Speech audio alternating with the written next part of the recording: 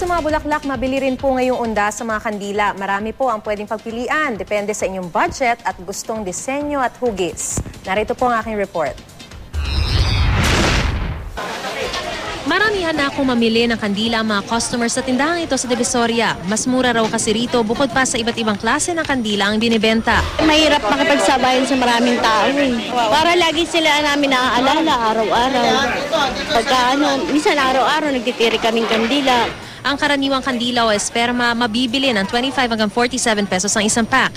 38 hanggang 280 pesos naman ang malalaking kandila, habang 90 hanggang 110 pesos ang mga may takip. O di ba pagka mahal mo tao, special na ibibigay mo hanggat maaari. Hindi ka naman mahal mo siya, hindi ka naman bibigay ng maliit. Patok naman sa tindahang ito ang mga may disenyo anghel na kada piraso ang bentahan. Kada piraso rin ang benta ng ilang malagulamang kandila. Gayon din itong may iba't ibang hugis. Per box naman ang benta sa gel wax at mga kandilang may disenyong prutas, bulaklak pati Biblia. Kami nagkikater lang kami sa mga parang request ng mga tao. Aabot naman sa mahigit 3,000 ang pinakamahal na higanteng dragon candle na patok sa mga Chinese. Meron ding joss stick na pang-wish ng mga Chinese para sa kaluluwa ng yumao. Mariz Umali, GMA News.